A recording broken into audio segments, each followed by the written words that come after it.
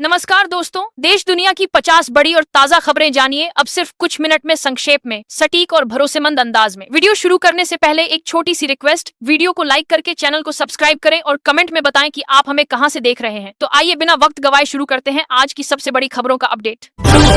अमेरिकी राष्ट्रपति Donald Trump ने H-1B वीजा में बदलाव करते हुए इसकी फीस बढ़ा दी है, जिसके तहत अब लोगों को $1 लाख फीस देनी होगी। ट्रंप का कहना है कि इससे ये सुनिश्चित होगा कि अमेरिका में अच्छे स्किल्स वाले लोग ही आएं।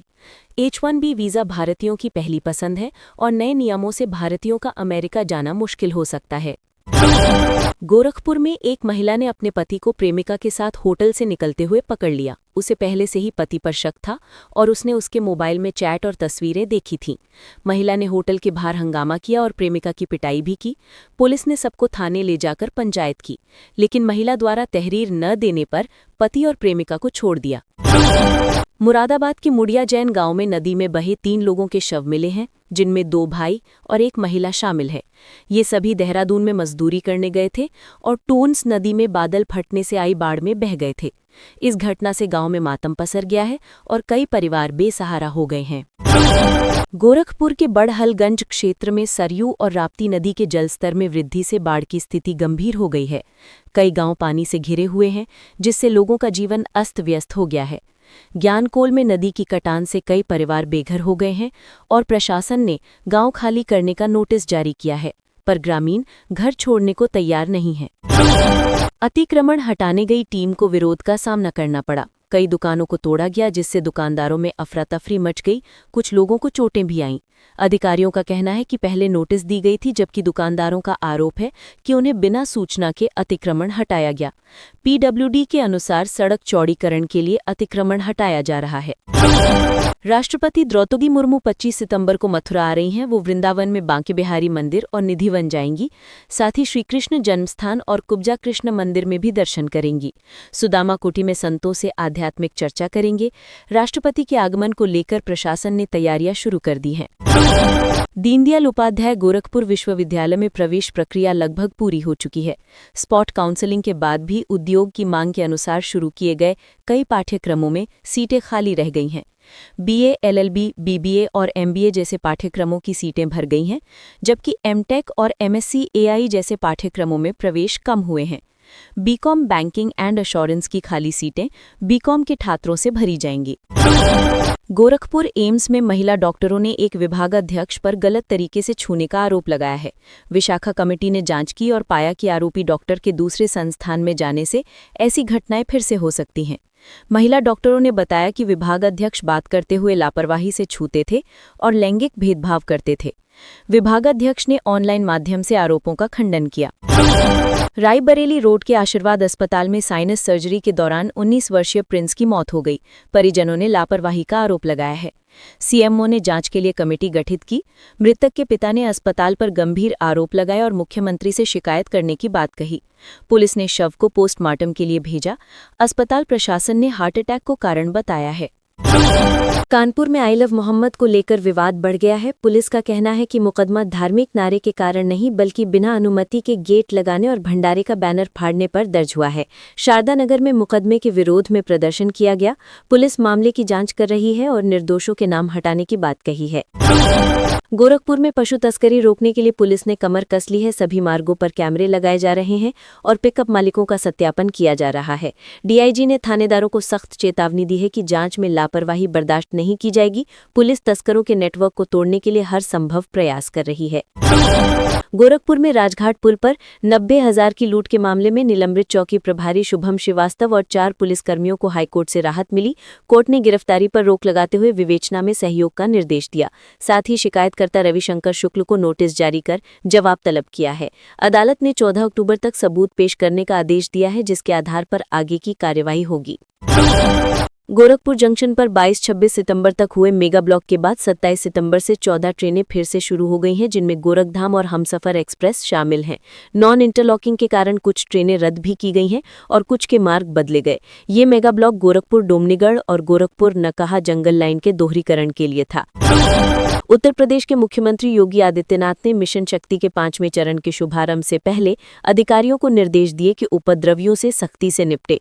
उन्होंने गोरखपुर, गाजीपुर, बरेली और मेरठ की घटनाओं पर नाराजगी जताई और पुलिस को सतर्क रहने के लिए कहा।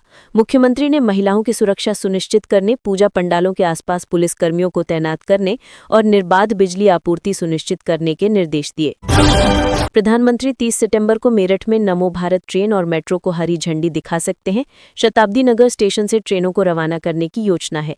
उद्घाटन के बाद प्रधानमंत्री जनसभा को भी संबोधित कर सकते हैं, जिसके लिए स्थान का चयन किया जा रहा है। अधिकारियों ने विभिन्न स्थलों का निरीक्षण किया है।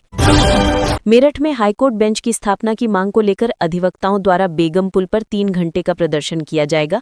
इस कारणवश यातायात में बदलाव किए गए हैं। भैंसाली अड्डा और रुड़की रोड की बसों के मार्गों में परिवर्तन किया गया है और अन्य छोटे वाहनों के लिए भी वैकल्पिक मार्ग निर्धारित किए गए हैं। सुरक्षा व्यवस्था को ध्यान में रखते हुए पुलिस बल तैनात किया गया है। बीएचयू में आईआईटी छात्रा से दुष्कर्म मामले में अदालत में सुनवाई हुई। पीड़िता के साथी जीवी रितेश के बयान पर बचाव पक्ष के वकील अजय सिंह और राजीव सिंह ने जिरह की, जो पूरी नहीं हो सकी। अदालत ने अगली सुनवाई 6 अक्टूबर को तय की है। अभियोजन पक्ष ने पीड़िता समेत 5 गवाहों के बयान दर्ज कराए हैं। इलाहाबाद हाईकोर्ट ने शराब तस्करी मामले में एफआईआर और जब्ती मेमो में अभियुक्त की जाति का उल्लेख करने की प्रथा को समाप्त करने का आदेश दिया है। न्यायमूर्ति विनोद दिवाकर ने इसे कानूनी भ्रांति बताते हुए संवैधानिक नैतिकता के लिए चुनौती बताया। कोर्ट ने राज्य सरकार को पुलिस दस्तावेजीकरण प्रक्रियाओं में बदलाव करने का निर्देश दिया, जिसमें अभियुक्तों और गवाहों की जाति से संबंधित कॉलम हटाने को कहा गया। बांका जिले के अमरपुर में मुख्यमंत्री महिला रोजगार योजना के नाम पर महिलाओं से ठगी का मामला सामने आया है। डुमराना मोहल्ला की महिलाओं ने संध्या भट्टाचार्य पर योजना का लाभ दिलाने के नाम पर पैसे लेने का आरोप लगाया है। महिलाओं ने प्रखंड मुख्यालय पर हंगामा किया और बीडीओ से न्याय की गुहार लगाई है। बीडीओ ने मामले की जांच के आदेश दिए हैं। दानापुर की नारी गुंजन छात्रावास की 6 युवतियां जल्द ही पिंक बस चालक बनेंगी। उन्हें छात्रावास में ही वाहन चलाने का प्रशिक्षण मिला है। समाज कल्याण विभाग की सचिव वंदना प्रियसी ने छात्राओं को शुभकामनाएं दी।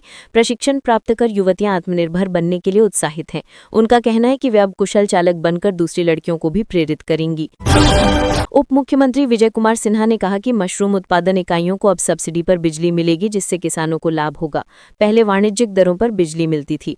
सरकार टोपोलैंड वाले किसानों के लिए अस्थायी सेटलमेंट की प्रक्रिया अपनाएगी, जिससे दियारा क्षेत्र के किसानों को भूमि का उपयोग करने का अधिकार मिलेगा। ये कदम किसानों की आय बढ़ाने में सहायक होगा। पटना में स्वास्थ्य विभाग ने गैर मानक निजी अस्पतालों के खिलाफ कार्रवाई शुरू कर दी है। 25 से कम बेड वाले अस्पतालों की जांच की जा रही है, जहां विशेषज्ञ डॉक्टर और प्रशिक्षित कर्मचारी नहीं हैं।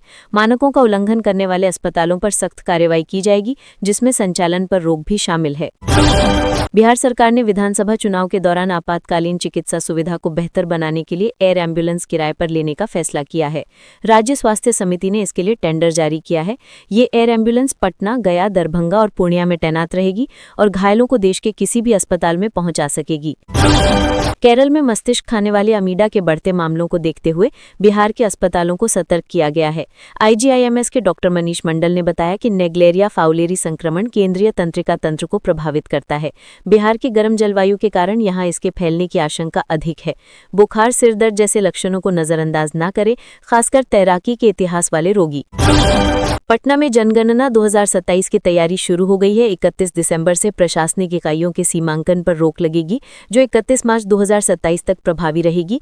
जनगणना 2 चरणों में होगी। पहला चरण अप्रैल-सितंबर 2026 में और दूसरा 9 से 28 फरवरी 2027 तक चलेगा। इस बार गणना पूरी तरह से डिजिटल होगी, जिसमें मोबाइल एप्लीकेशन का उपयोग किया जाएगा। बिहार में साइबर अपराधों को रोकने के लिए सिक्योरिटी ऑपरेशन सेंटर की स्थापना की जाएगी। गृह विभाग ने इसके लिए 14.74 करोड़ रुपए मंजूर किए हैं। ईओयू के एडीजी नैयर हसन खैन ने बताया कि ये केंद्र साइबर अपराध से जुड़े मामलों के निपटारे में तेजी लाएगा। पुलिस अधिकारियों को साइबर अपराध से निपटने के लिए प्रशिक्षित किया जा रहा है। पटना में मानसून की सक्रियता से मौसम सुहाना हो गया। काले बादल छाए रहे और गरज के साथ बारिश हुई, जिससे लोगों को गर्मी से राहत मिली। शहर के कई इलाकों में जलजमाव हुआ और पटना में इस सीजन की सबसे अधिक 40.6 मिलीमीटर बारिश दर्ज की गई। मौसम विभाग ने कुछ जिलों में भारी बारिश की चेतावनी जारी की है।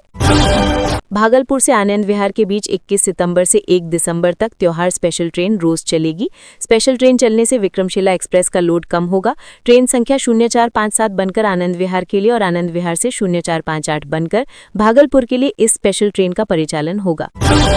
शाहनवाज ने भागलपुर में कहा कि लालू परिवार ने बिहार के मुसलमानों को सिर्फ ठगा है, अब के लालटेन का शीशा फूटना तय है। शाहनवाज और कहकशां को आगे करके एनडीए ने समीकरण साधने की कोशिश तेज कर दी है। वहीं नाथनगर से टिकट की दौड़ में जुटे नेताओं ने भीड़ जुटाकर अपना दम दिखाया। भागलपुर में फर्जी प्रमाण पत्र बनाने वाले एक अंतर जिला गिरोह का भंडाफोड़ हुआ है।